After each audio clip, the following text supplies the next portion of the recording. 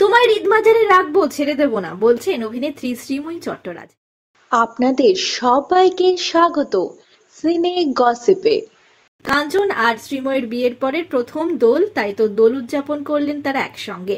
প্রথমে দেখা গিয়েছিল রাধা মাধবের পুজো করতে বাড়িতে তাদের দুজনকে, সঙ্গে ছিলেন পরিবারের সদস্যরা। এবার দোলের সকালবেলা দেখা গেল দুজনকে জমিয়ে রং খেলতে।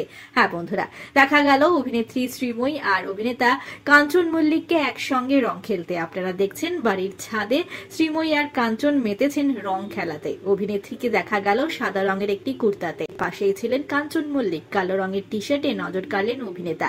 দুজনকে দেখে বোঝা যাচ্ছে চুটিয়ে রং খেলেছেন তারা। বিয়ের পর এটি প্রথম দোল তাদের, আর এই উৎসবটিকে তারা জমিয়ে আনন্দ করেছেন, তাও আবার পরিবারের সদস্যদের মাঝে।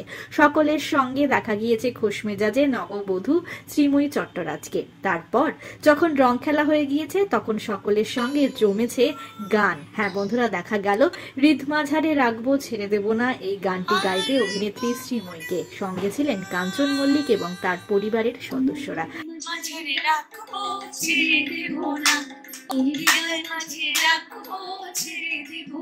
আপনারা দেখছেন শ্রীময়ী আর কাঞ্চন মল্লিকের হোলি সেলিব্রেশনের কিছু সুন্দর মুহূর্ত।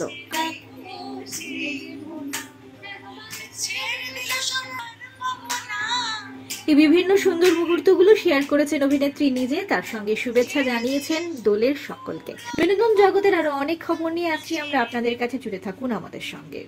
আমরা হলাম সিনে গসিপ, জুড়ে থাকুন আমাদের সঙ্গে, সাবস্ক্রাইব করুন আমাদের এই ইউটিউব চ্যানেলটি।